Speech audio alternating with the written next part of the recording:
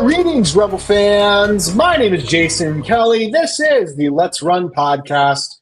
I want to welcome you all to the show after the Runnin Rebels go up to the University of Wyoming and take down the Wyoming Cowboys in Laramie at 7,220 feet. It was a good bounce back performance for the Runnin Rebels, a game that was sorely needed, a game that you really feel like the players emotionally needed.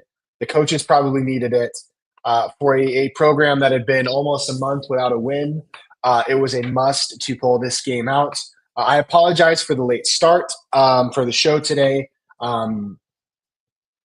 This will be live, and then it will get sent out to all the Substack people. So not too worried about it. Everybody will get it at some point. But really fun performance, really fun game to watch. Let's jump into it. I mean, I thought it was a good performance. The Rebels played hard. Their defense was solid. Let's dive into the stats and let's see how everybody did. All right, so the Rebels pull it out 68-57. Coming into the game, I felt pretty confident that they were going to win. This UNLV team was more athletic, more talented, just a better all-around team than this Wyoming team. So I felt pretty confident that they were going to pull out the victory. I think that the Rebels played obviously their best game in a while. The Rebels had played okay at Utah State and against New Mexico, but really hadn't been able to pull it out. But turning this game into a win, I think was, this Wyoming team's not great. So getting them back for beating us at the Thomas and Mack must have felt satisfying to these players. The MVP of the game was DJ Thomas. He was great. Finished 6 for 12 from the field overall. Only 5 of 12 for 2. Inefficient shots around the rim have been the story of the season for DJ. But I thought that it really didn't make a big difference in this game. He did hit a 3. I would love to see DJ taking 4 to 6 3-pointers a game. He really only takes 1 or 2. We need a point guard that is a consistent 3-point threat, and I think that's held the team back a little bit this year. But it was good to see. I mean, DJ's 3-point shooting stroke is so good. I just feel like there's no reason for him not to be taking threes. I thought from the free throw line, 5 of 6, really solid. 18 points, really good. He did have some shots, he shot towards the end of the game, and also, just some shots that kind of rimmed out. So I think the 6 of 12 number is a little harsh for him. I think he was probably a little bit better than that, to be honest with you. 5 of 12 from inside the arc. He had some shots that rimmed out. So, I mean, I wouldn't take too much away from that. Julian Rishwain had a nice little bounce back game. He goes 1 of 2 from 2, 2 of 4 from 3, 3 of 4 from the free throw line for 11 points. Good game. It was the best game from Jaden Henley that we've seen in a long time. He finished with 13 points. Was really impressed with him. I thought his shot was clean. This Wyoming team's a good matchup for him because they don't really play super physical on the drive. He did hit a 3, but his little mid-range game that he has going, it was dropping tonight. And I was really happy to see because Jaden Henley had such a tough game against Boise State. It was good to see him have a bounce back game and get in double figures. 8 points and 6 rebounds may not seem like a ton for Bear Cherry, 4 of 5 from 2. But I actually thought Bear Cherry had a very good game, a very good game. Did have 2 turnovers. You don't like to see that. But he had 2 blocks, a steal, an assist, 6 rebounds. For a guy that only played 21 minutes, 8 points. I think that's a solid outing. Again, you'd like to see those turnovers go away, but nothing too big to complain about. Jalen Hill, a quiet outing from him. Only a couple of points, a couple at the free throw line. He did get 5 rebounds, which was really needed in this game. So I not a ton from Jalen Hill. He's been inconsistent this year. I feel bad that injury kind of derailed the last part of his basketball career. But I thought defensively he played a lot better. And overall, I just thought the scheme for the Rebels was a lot better in this one. It felt like they had a better game plan to stop and kind of shut down that Wyoming offense. Wyoming, if you look at their 3-point, they only go 4 for 21 from 3. The Rebels clearly had a concerted effort, which is not something that they had in the first game, to shut down the Wyoming perimeter attack. and it worked like a charm. It was great. I couldn't have been happier with the Rebels' defensive scheme. I thought it was perfectly executed. You know, they didn't play amazing on offense, but they played certainly good enough. They did make 6 threes, and they finished shooting 50% overall. They got 1.06 points per possession. Free throws, 16 of 19. That's nothing to complain about. Um, it was just a good performance overall from basically the whole team. The only person that I would say struggled was Brooklyn Hicks. Only a 14 offensive rating. He goes 0 of 2 from 2, 0 of 2 from 3, 0 for 4. He did have an offensive rebound and a couple of defensive rebounds, but 2 turnovers. You know, I've been harping on the staff for not giving Brooklyn Hicks enough playing time, but today I really got it. I thought that the way that the rotation played out today was completely fair and completely fine. I still think Brooklyn's great. I still think he'll have great moments for us for the rest of this season. But you know, when the guy isn't having it, when a guy doesn't have it in the game, I think it was a good decision to sit him today. We did get 3 minutes from Jacob Barnaby. He missed a layup. Good to see an offensive rebound for him. But you know, just not enough time to really have a huge statistical impact. But I didn't hate what I saw from Jacob Barnaby. Um, Again, I mean, the Rebels defense is the name of the game here. Their offense was fine, you know, 37% from three, 50% from the floor. That's certainly not a bad game. But to hold Wyoming to 19% from three, even though Wyoming went 55% from two, it just didn't matter because that Wyoming team, the 3 point line is such an integral part of their offense.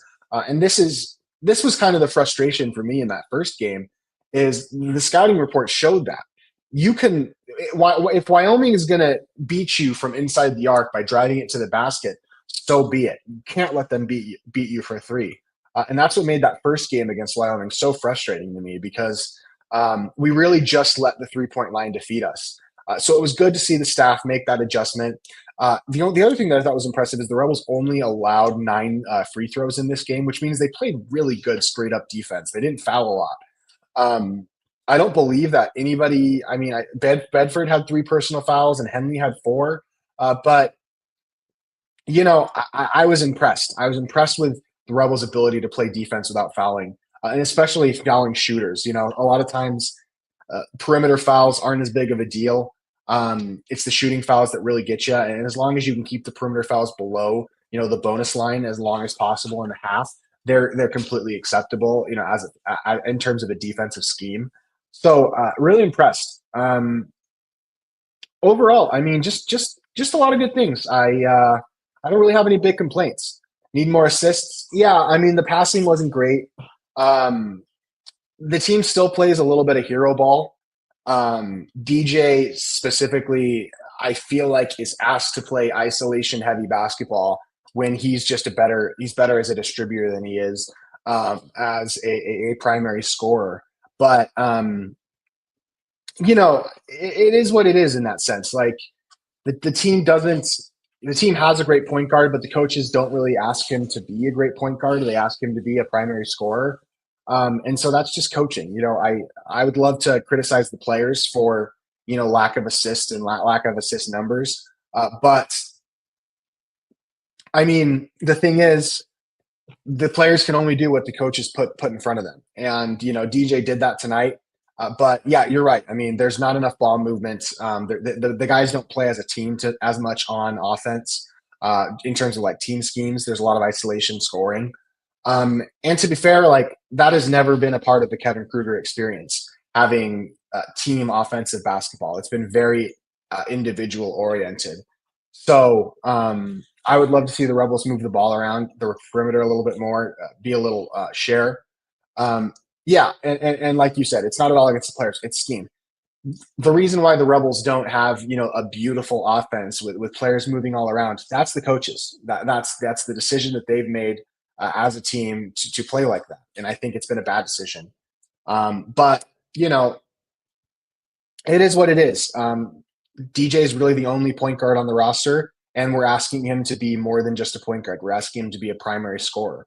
So, but DJ was great today. I mean, there's not a ton to say about this game, to be honest with you. My favorite player, I actually think Julian Rishwain played great. He had a really good steal that kind of sealed the game away. And those two threes that he hit were good. They were in rhythm. Rishwain played, within himself and within the scheme really well. And for a guy that had taken a lot of criticism throughout the season, I feel like this was a good bounce back performance for Rishwain. So yeah, I mean, I'd love to go on and on for a long time about this one, but there's not a ton to say. UNLV goes and beats an okay, a mediocre Wyoming team, and they get back in the win column. They play again on Tuesday. That's a home game against Air Force. They should be able to win that one as well. Then they play at Fresno State. The Rebels really need to win, 4 or 5 games in a row. Ken Palm has them winning the next 5 games. So they had a rough stretch in Mountain West competition. They had some tough away games. They played at Reno, at Utah State. Obviously, that game versus New Mexico. But I still think the Rebels 12-8 is probably the number they have to get to. I don't think that that's going to be enough to get them the top 5 seed, but that's probably enough to get them at least the 6 seed in the Mountain West Conference tournament. And so, if they finish 13-7, that's probably enough. But the problem is the team that's in 5th place right now is Boise State, and they're going to have every tiebreaker imaginable over the Rebels, considering they swept us. They swept us in 2 pretty non-competitive games. So the Rebels' goal should be the 6th seed. They'd probably end up playing, of course, Air Force in the Mountain West Conference tournament. And then they would have a chance at one of the big teams to see if they can beat a team not named Air Force. So the 5 seed, a top 5 seed in the Mountain West is probably out of the realm of possibility at this point, considering that the Rebels already have 7 losses in conference play. But a good win, a good revenge win. That game against Wyoming was really kind of the tipping point for this season, to be honest with you all. And while winning this game at Wyoming doesn't really, change the fortunes of the team, what it does do, hopefully, is give them a little bit of momentum. Because regardless, Kevin Kruger, as I've said a million times, Kevin Kruger is gone at the end of this season. But we still want the guys to do well. We still want them to win. These are still guys that have UNLV on their chests when they're playing. And so we want them to win. And it was good for them to win today. And I feel like this was the most boring result possible. Not great for content. There's a lot of people that love to come on the show and listen when Kevin Kruger is doing really badly and his teams are losing a lot. And so kind of a ho-hum boring win against a mediocre team. It's nothing to write home about, but I do hope that the players feel proud for that defensive effort because they really gave it their all today. And so I just want to shout out basically every player on the team. They went up there, they had a game plan, they executed it well, and yeah, that's pretty much it. So we will be talking again on Monday or Tuesday. I'm not 100% sure. I'd like to have a show where I talk about football a little bit. Dan Mullen's doing some really fun and interesting things with that roster right now. The recruiting that is going on for football is just crazy.